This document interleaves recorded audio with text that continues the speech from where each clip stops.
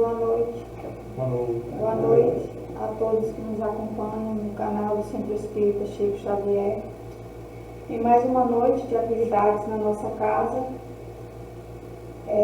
Como já sabemos, a gente está estudando o livro da Gênesis. O livro da Gênesis é basicamente na parte das predições do Evangelho. E hoje a gente vai refletir um pouco sobre o advento de Elias e a anunciação do Consolador. Né? O que vem a ser, o que significou, como que Kardec traz esses esclarecimentos dessas duas situações vivenciadas pelo Cristo, apresentadas para o povo daquela época, e como que Kardec explica hoje, à luz do Espiritismo, esses dois termos, como se deu. Primeiro a gente vai falar do advento de Elias. Eu trouxe aqui o texto para a gente ler e refletir. O advento de Elias, eu confesso que eu não pesquisei se tem em outros evangelhos, mas esse que Kardec traz está no livro de Mateus, Mateus, capítulo 17, versículo de 10 a 13. E aí Jesus, ele vai falar, ele é questionado, por quê? Os discípulos perguntam a Jesus, por quê? Por que, pois, dizem os escribas, ser preciso que antes venha Elias? Jesus era questionado o tempo inteiro para testar se ele era o Messias, se ele era o enviado. Então, o que era que os escribas e os fariseus, os povos daquela época, faziam? Eles questionavam Jesus o tempo inteiro para saber se ele era o Messias, porque eles sabiam que era necessário que Elias viesse primeiro, para depois o novo Messias chegar. Então, mas o que foi que aconteceu nesse momento aqui? Jesus vai explicar para os seus discípulos a reencarnação, Ele mostra exatamente, através da sua fala, uma explicação da reencarnação, a vinda de Elias em outro povo, que o povo daquela época ainda não compreendia. Então Jesus responde, é certo que Elias tem de vir, e que restabelecerá todas as coisas. Mas eu vos declaro que Elias já veio, e eles não reconheceram. Antes o trataram como lhes aprouve, e é assim que farão morrer o Filho do Homem. Jesus explica que João Batista foi a reencarnação de Elias, mas que o povo não reconheceu através das suas atitudes, porque o povo esperava a aparência física. O povo ainda estava apegado no material, naquilo palpável, que a evolução do mundo naquela época não tinha como, como é que eu posso dizer, não tinha como reter elementos para explicar aquilo ali, aquela lógica. Então Jesus vai lá e desenha, Elias já veio e eles não reconheceram. Mesmo assim os espíritos ainda ficou meio que voando, na história. E aí ele vai lá e fala que eles trataram João Batista, trataram Elias, não reconhecido, como eles quiseram, que a gente já sabe da morte de João Batista como se deu. João Batista foi morto por pura birra. E do mesmo jeito ele fala que morreria o Filho do Homem, ele, Jesus. O Jesus morreria também de forma cruel e sem uma justificativa palpável para poder satisfazer o ego do povo daquela época. Então, só nesse trechinho aqui, a gente já consegue entender a reencarnação. Aí Kardec vai lá e continua, afirma, na verdade, que Elias voltaram na pessoa de João Batista, que seu novo advento é anunciado de modo explícito. Ora, como ele não pode voltar, senão tomando um novo corpo, aí temos a consagração formal do princípio da pluralidade das existências.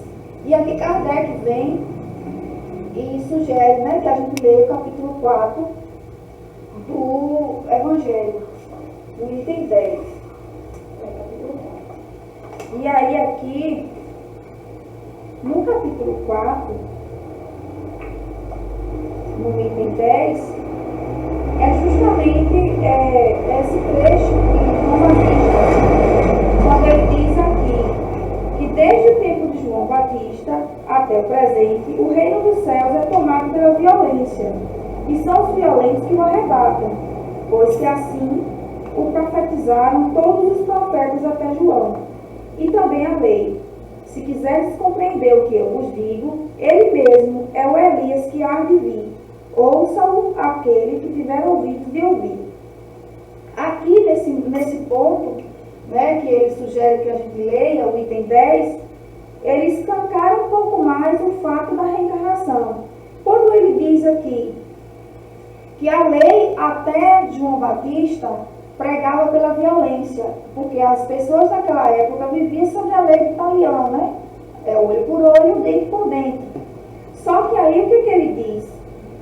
Que isso acontecia porque assim profetizaram os profetas até João, e também a lei do talião, que era a lei aplicada na época.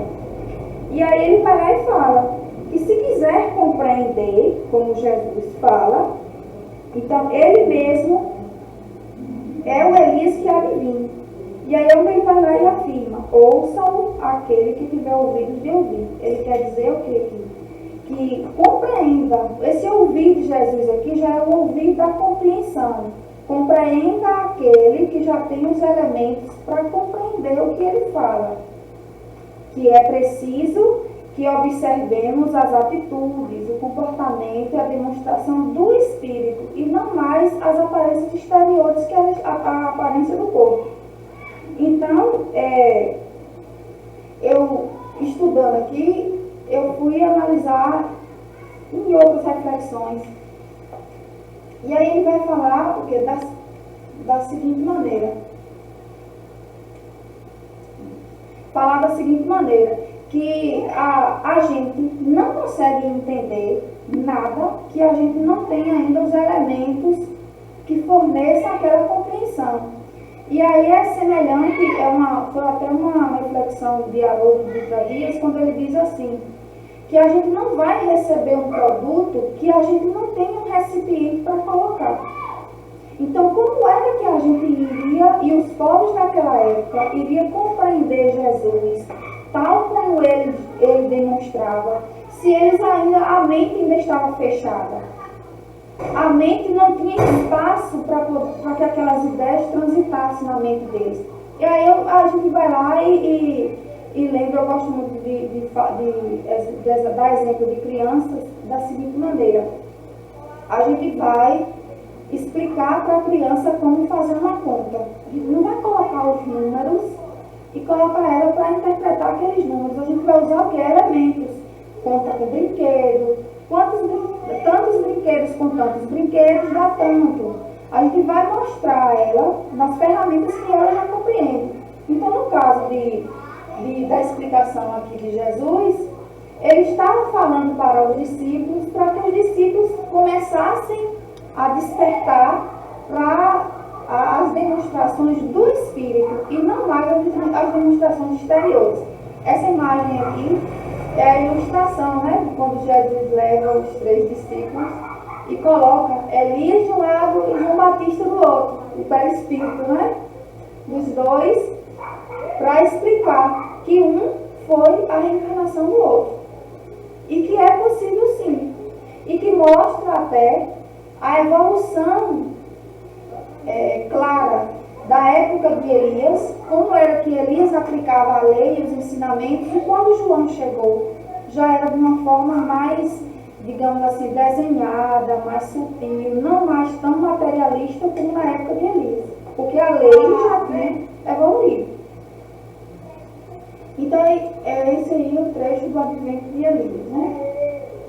E aí, vamos falar da anunciação do Consolador. O que seria essa anunciação do Consolador? E como que Jesus apresentava, né? A anunciação vem do fato de anunciar, né? Falar, dizer que iria surgir. O Consolador que hoje a gente já sabe, compreende, né, do Consolador prometido, que nós, da doutrina espírita, rotulamos, né, o Espiritismo como a terceira revelação e o Consolador prometido por Jesus. Justamente por conta das características que o próprio Jesus fala dentro do Evangelho.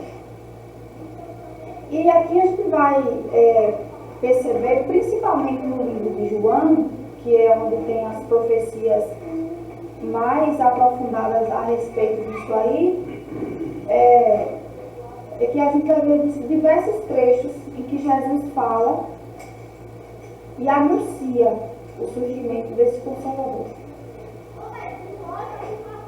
O primeiro trecho é esse aqui, né? João capítulo 14,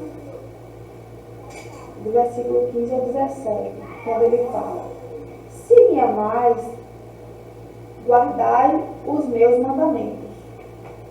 E eu pedirei a meu Pai, e ele vos enviará outro Consolador, a fim de que fique eternamente convosco.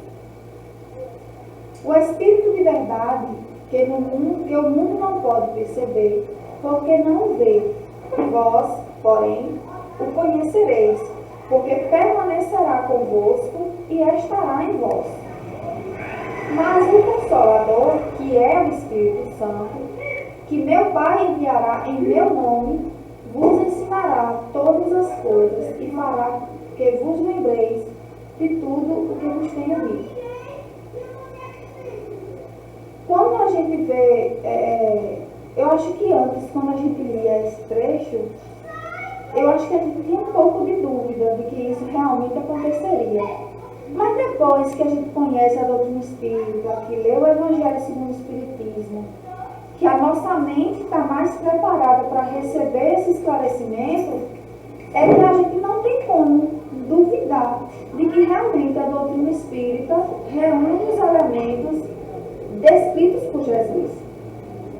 Porque o que acontece? Na época do mestre, ele falava o tempo inteiro entre linhas. As parábolas dele, né? Entre as linhas das parábolas que ele trazia, hoje, com a reflexão da doutrina espírita, a gente consegue ter essa certeza. Por que a gente tem essa certeza?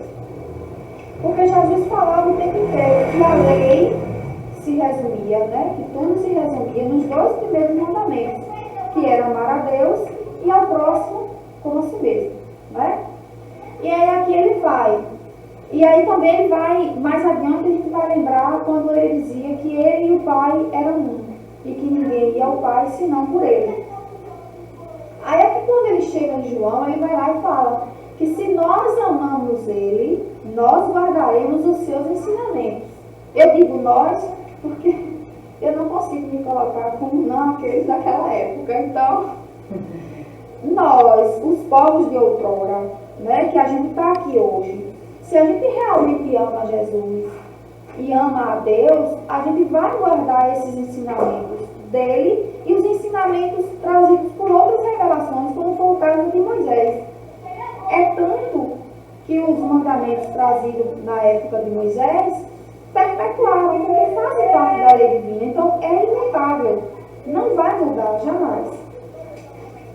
Então, o que é que Jesus fala? Que se a gente guardar os mandamentos, que ele vai pedir a Deus, já que ele tinha essa sintonia e afinidade e merecimento, ele pediria a Deus que mandasse outro Consolador.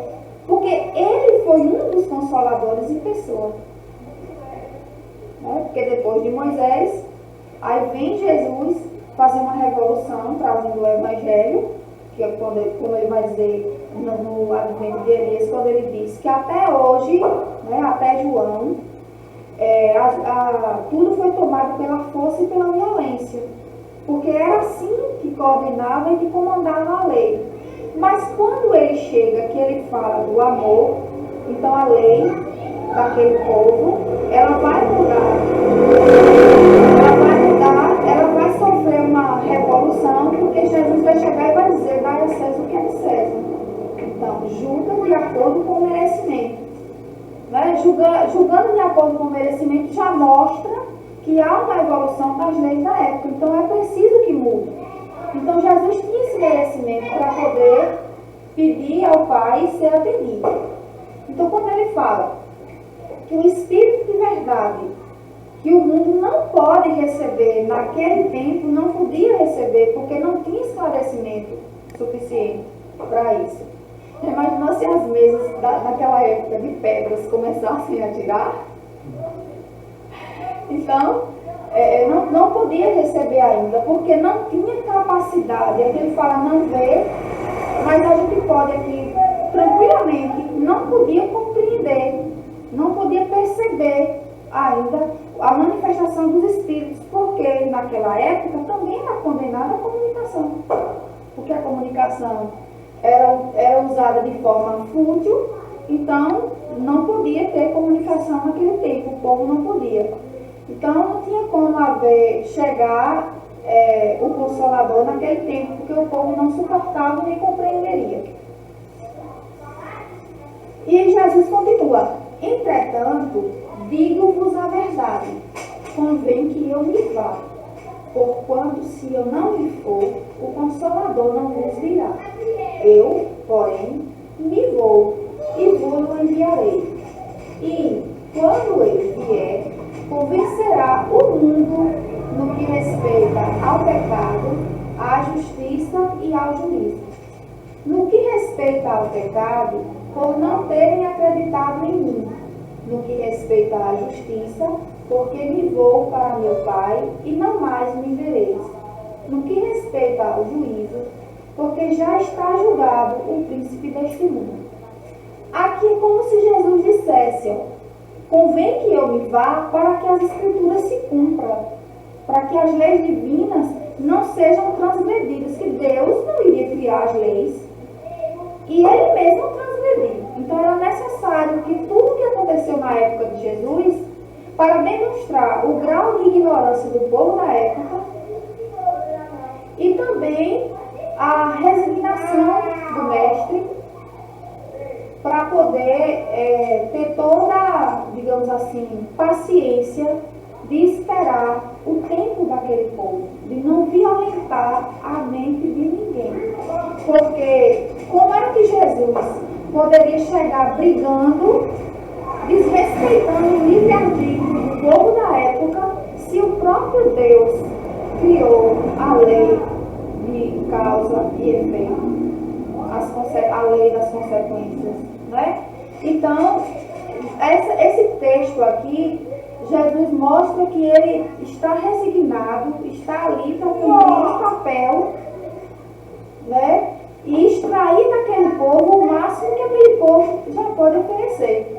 Então, quando ele diz aqui, que convencerá o mundo no que respeita ao pecado, quer dizer, aquelas pessoas que estão fazendo pouco, digamos assim, se comportando, debochando na época do mestre, que dizia que ele era louco, aquelas pessoas que estão ali fazendo pouco, elas já estão com seu destino selado, estão duvidando, mas vai acontecer, quer queira, quer não. É igual umas histórias que falam que você acredita em reencarnação, você vai reencarnar, acredite você ou não. Eu já disse isso. Né? Não acredita, tudo bem. É igual a história de dizer que acredita em Deus ou não. Não importa, você acredita, beleza. Não acredita, mas foi ele que lhe criou. Se achar uma prova de que conteste o contrário, maravilha. Mas se não, aceita, que dói menos, né? Então, assim, e aí vem, no que respeita à justiça, porque me vou para meu Pai. Quer dizer, Jesus tinha consciência, a evolução dele era tão tamanha, que ele sabia que ele já tinha o seu lugar lá, ele sabia para onde ele ia.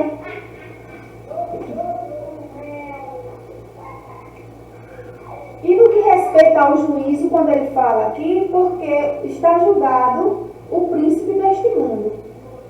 No caso, Jesus era, acho que ela foi reclamando de mim.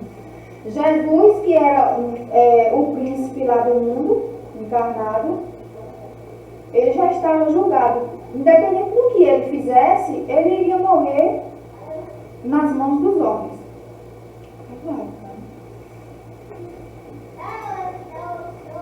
Aí Jesus continua, aqui também em João, agora já capítulo 16. Tenho ainda muitas coisas a dizer-vos, mas presentemente não as podeis suportar. Então, Jesus falou escancaradamente aqui, né? Quando vier esse Espírito de verdade, ele vos ensinará toda a verdade. Portanto, não falará de si mesmo, mas dirá tudo o que tem escutado e vos anunciará as coisas por vindouras. Ele me glorificará, porque receberá do que está em mim e vos anunciará.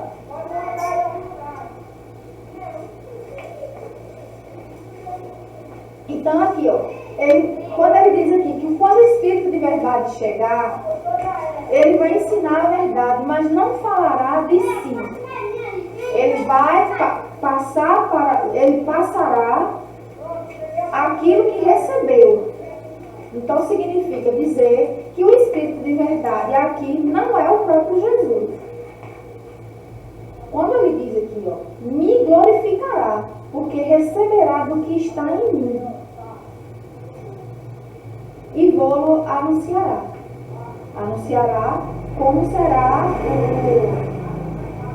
anunciará os preceitos que a gente já pode compreender, que é as características da doutrina que a gente já hoje compreende melhor. Aí a gente vai lá e se pergunta, então, esse Consolador prometido por Jesus, né? Aqui ele vai falar exatamente, ele está dizendo exatamente aqui que não disse ainda, porque a gente não pode suportar. Então aqui ele promete que chegará. E aí, continuando aqui, essa reflexão de Kardec. Não há como contestar. Esse texto que a gente está lendo, às vezes ele tem algumas coisas que engolem, né? Aqui, esta predição não há contestar. Não há como contestar, né? É uma das mais importantes do ponto de vista religioso, porque comprova, sem a possibilidade do menor equívoco, que Jesus não disse tudo o que tinha a dizer, pela razão de que não teriam compreendido nem mesmo seus apóstolos. Aí a gente lembra do exemplo claro de quando Pedro tenta impedir a prisão de Jesus, achando ele que estava salvando o mestre, não é? Mas, justamente porque não compreendeu que Jesus estava resignado e que estava ali para cumprir as Escrituras. E aí ele vem, visto que era a eles em que o mestre se dirigia. Se eles houvessem dado instruções secretas, os evangelhos fariam referência a tais instruções. Então Jesus não disse de forma em parábolas, como ele costumava falar, o que seria esse Consolador, mas ele disse a característica principal, que ficaria eternamente entre nós e faria a gente lembrar e compreender o que a gente naquela época não podia compreender. Então aqui, quando Kardec traz isso aqui, né, ele fala exatamente, e aí ele diz o seguinte, se ele tivesse dado instruções, que dentro do Evangelho hoje a gente já ia compreender sem precisar da chegada do Espiritismo.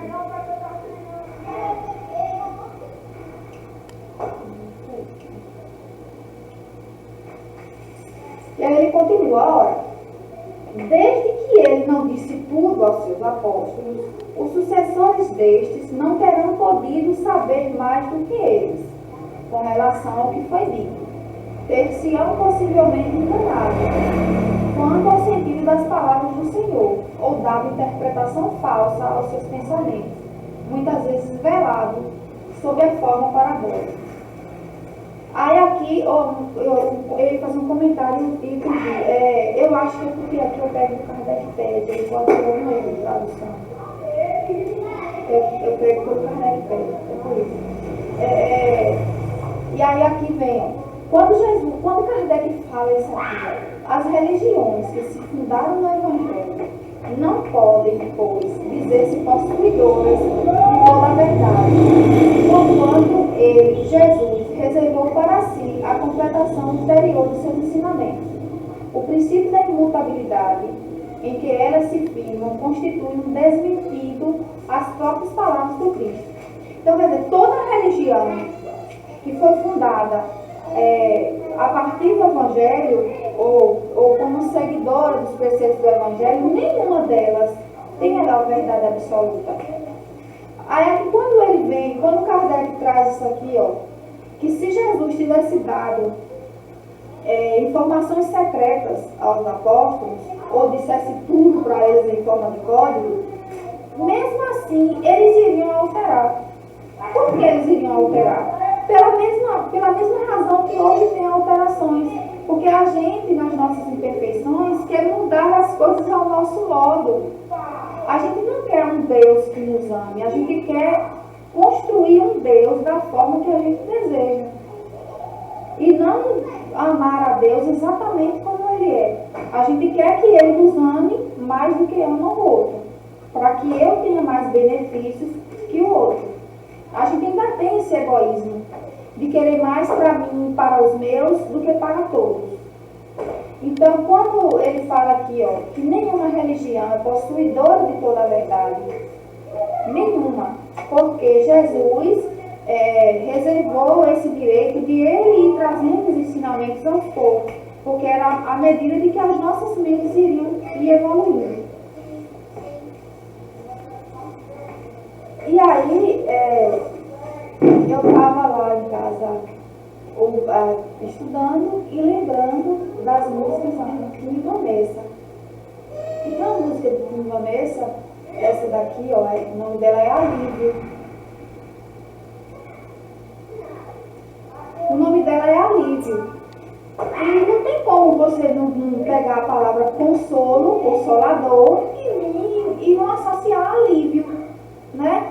Inclusive, o último refrão, o último verso, né, a última estrofe da música, ela vai falar do bendito consolador, né? E aí você vai lembrar que o consolador, realmente, ele é um semeador em meio à dor. E aí ele vai entrar, né, aquela bem-aventurança, né? Vinde a mim, se estáis cansados, meu peso é leve, jugo suave. Já não é sentida a dor, bendito Consolador. Porque, quando a gente compreende o Evangelho exatamente como a doutrina espírita esclarece para a gente, hoje que a nossa mente ela é um pouco mais sutil, mais aprimorada, a gente realmente sabe que a dor está ali. Mas o consolo que a doutrina espírita traz faz com que a dor ela seja diminuída, digamos assim, ela alivia mesmo. Então, por isso a gente confiar, aceitar e abraçar a doutrina espírita como um consolador mesmo. Então, quando Jesus anuncia o tempo inteiro que ele mandaria um consolador, e hoje a gente tem a doutrina espírita, a gente tem essa certeza. E aí é o que a gente vai ver. O que era que ele dizia que o Consolador faria? Queria ensinar todas as coisas e de lembrar o que ele disse. Que naquela época o ensino dele ainda não estava completo. E ele previu que nós esqueceríamos o que ele tinha ensinado e também seria desvirtuado por nossas próprias mãos, né? A gente mesmo ia adulterar os ensinos do Cristo, como a gente vê até hoje, tentando, tanto que uma das missões da doutrina espírita é resgatar o cristianismo originário, né? O evangelho puro.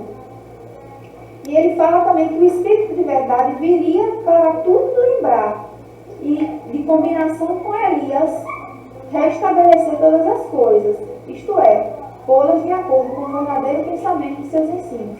E quem é que vai duvidar de que Elias fazia parte da legião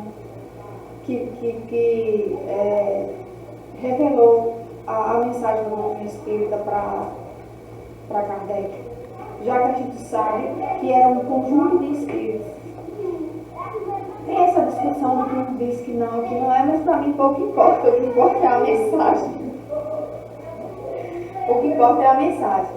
E aí, Kardec questiona: quando teria de vir esse novo revelador, já que Jesus anunciou tanto que viria e que lembraria de tudo, e ele falava o tempo inteiro em meio ao povo, de que ele iria, mas que iria para interceder a Deus que enviasse um novo Consolador para ficar eternamente e não ser temporário.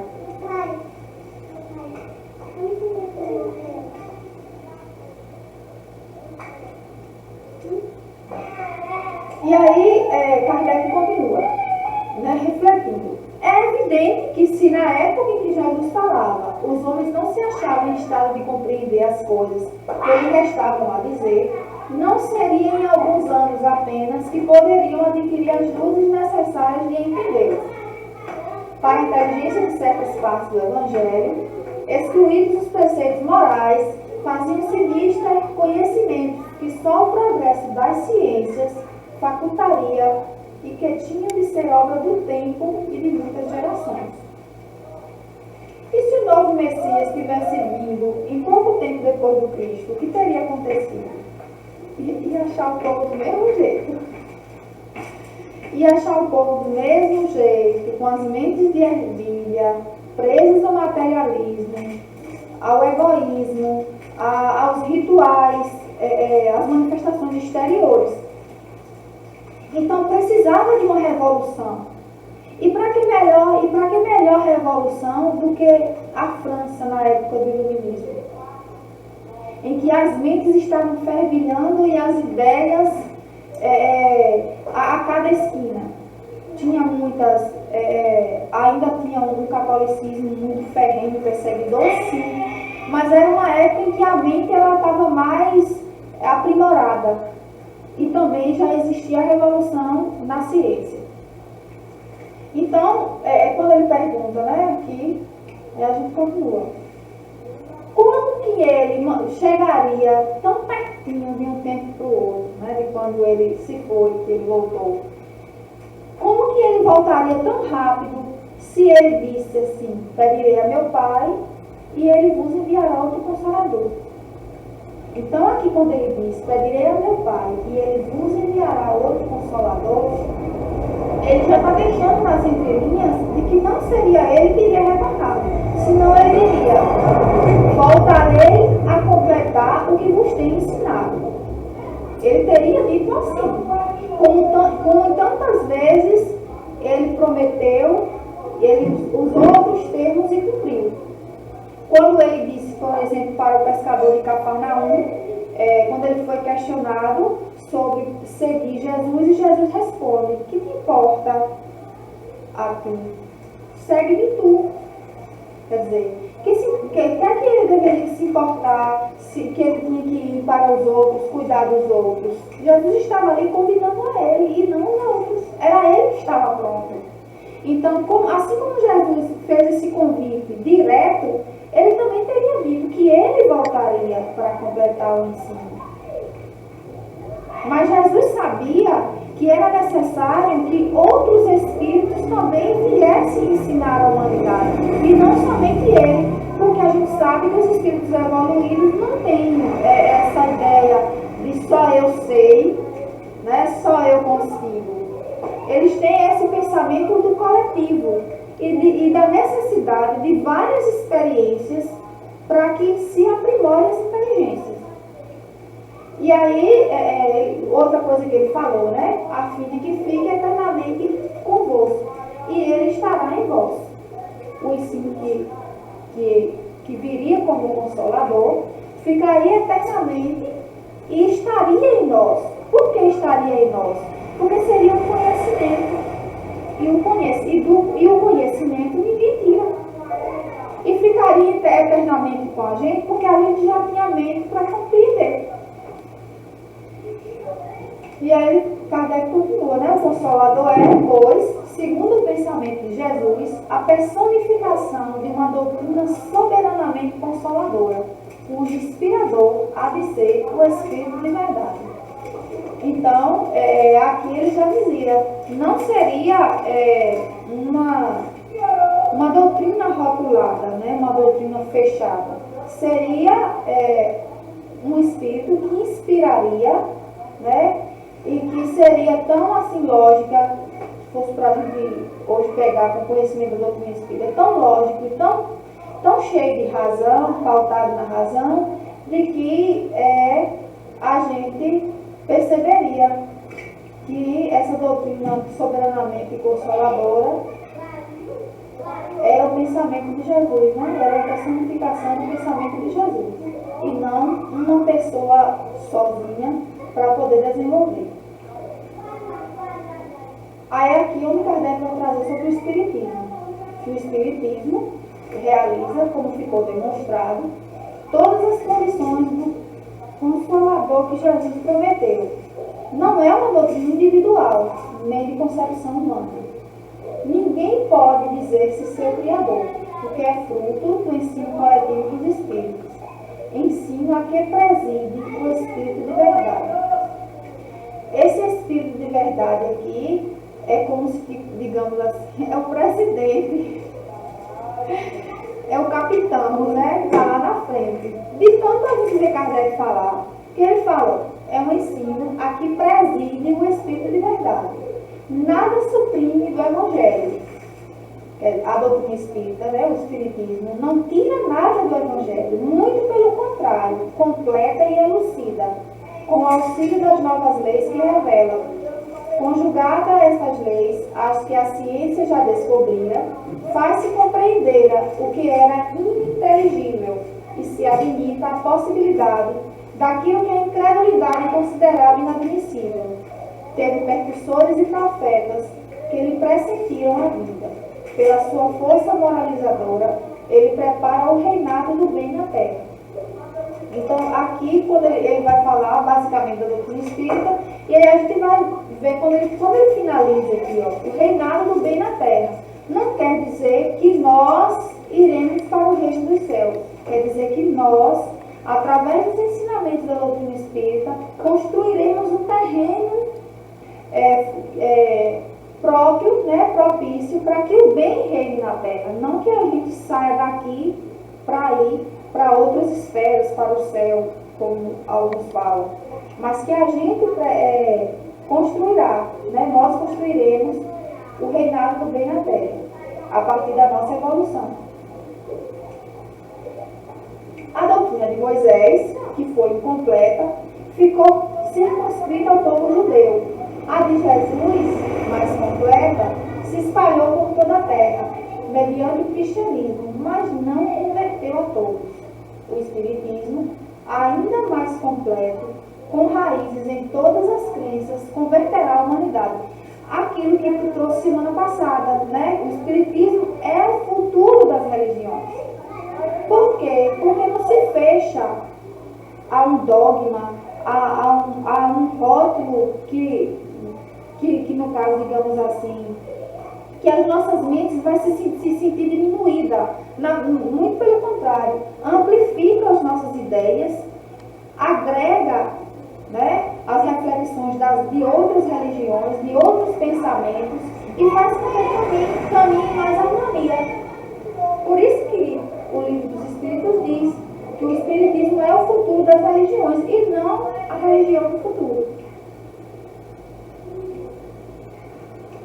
E aí, quando ele vai falar aqui, ó, quando Jesus disse aos apóstolos, outro virá mais tarde e vos ensinará o que agora não posso ensinar, proclamava Jesus a necessidade da reencarnação. Por quê? Como poderiam aqueles homens aproveitar o ensino mais completo que ulteriormente seria ministrado? Como estariam aptos a compreender se não tivessem de viver novamente? Se a gente não nascesse de novo, como que nós, a cada vez sairmos do ovo, do início, simples e ignorante, iriam compreender um ensino mais complexo? Se antes a gente não tivesse recebido uma base. de hoje iria compreender o Espiritismo sem ter vivenciado os ensinos de Moisés e os ensinos, e a gente também ter passado por tantas e tantas religiões, para a gente ir podando as nossas impurezas, porque mesmo com as proibições de outras religiões, a gente vai podando, vai freando os nossos instintos. Então, quando chega no Espiritismo uma crença, um conhecimento mais aprimorado, a gente já passou pela primeira série, pelo ensino médio. Já tem bagagem. Já tem bagagem. Como é que a gente vai aprender a fazer um risoto se a gente ainda não sabe fazer um arroz? Não sabe. Então tem que aprender, né? Vai ficando mais sutil.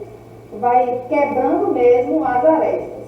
E aí ele vai lá e fala, Jesus teria falado uma coisa inconsequente, de acordo com a doutrina vulgar, se os homens futuros houvessem de ser novos, almas saídas do nada por ocasião do nascimento. Admita-se, ao contrário, que os apóstolos e os homens do tempo deles tenham vivido depois, que ainda hoje revivem, e plenamente justificada estará a promessa de Jesus, tendo se desenvolvido ao contato do progresso social. A inteligência deles pode presentemente comportar o que então não podia. Sem a reencarnação, a promessa de Jesus for ilusória. Então, quer dizer, se a gente não reencarna, né, para a gente ir passando série, aprendendo, repetindo, melhorando, a gente não vai conseguir um conhecimento mais aprimorado, um conhecimento mais sutil. A gente vai continuar na forma grosseira, porque se a gente não aprende, é por isso que a gente sofre. A gente sofre para que a gente vá aprimorando, retirando as arestas, as camadas grosseiras do nosso perispírito. E aí ele vai, ainda tem o Pentecostes. Se disserem que essa promessa se cumpriu no dia de Pentecostes, por meio da descida do Espírito Santo, poder-se-á responder que o Espírito Santo os inspirou, que lhes desanuviou a inteligência, que desenvolveu neles as aptidões mediúnicas destinadas a facilitar-lhes a missão. Porém que nada lhes ensinou, além daquilo que Jesus já ensinara, porquanto, no que deixaram, nenhum vestígio se encontra em um ensinamento especial. É o que a gente já conhece das reflexões espíritas, né? Foi uma grande reunião mediúnica, uma manifestação coletiva, em que aquelas pessoas que tinham uma mediunidade de manifestação latente, naquele momento de reunião, todo mundo num só pensamento, o que acontece? A sintonia e a comunicação acontece. Então, porque muita gente fala que o Consolador foi o dia de Pentecostes, né? Mas aqui é o que Kardec fala, que não tinha como ser o Consolador ali, porque tinha pouco tempo e não ensinou nada de novo. Só veio, digamos assim, manifestar exteriormente a fala, a conexão do espírito que estava ali naquele momento.